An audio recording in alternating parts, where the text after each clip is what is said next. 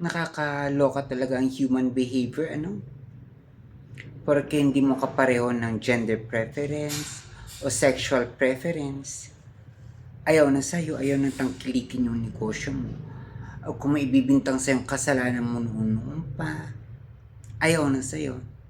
Ay, sisirain ka na sa lahat ng tao. Kung ayaw na at pati negosyo mo, idadamay nila o kaya pinagkakakitaan. Porque hindi ka katulad nilang palasimba o paladarasal, sisirain ka na, idadamay pati negosyo mo, pati hanap buhay mo, bakit kaya masyadong personal ang mga tao, ano? Meron din mga taong hirap na hirap daw sila sa nararamdaman nila. Ang hirap daw ng kwan nila. Hindi naman nila nakikita. Mas mahirap naman yung kalagayan ng ibang tao. Halos mga walang makain. Halos araw-araw na binubomba.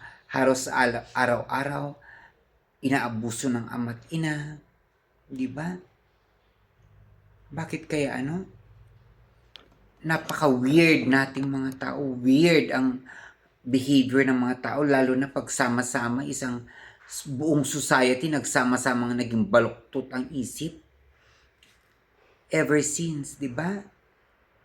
Kaya hindi umaasenso ang karamihan ng bansa dahil pag nagsama-sama ang mga baluktot ang isip, walang mapupuntahan ang tao. Ay nako. I don't know, hindi talaga ma-explain ang human society. Hindi ma-explain ang lipunan, hindi ma-explain ang utak ng tao.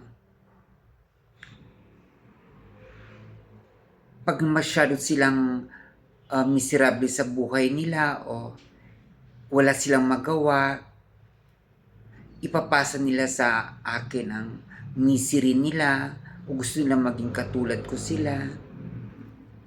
Tapos, pag didiskitahan nila ako, pupuntahan ako dito. Kung ano-ano ang gusto nilang irereli nilang masasamang salita. Tapos, bawal pa ako magalit at mag-react. Pero, ginagawa nila 24/7. 24 hours a day, 7 times a week. Tapos, kailangan hindi ako mag-react. Dahil pag nagalit ako, katakot-takot na revenge.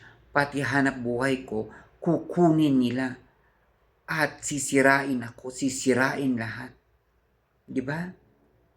Ganon sila kademonyo, ganon kasama ang mga tao.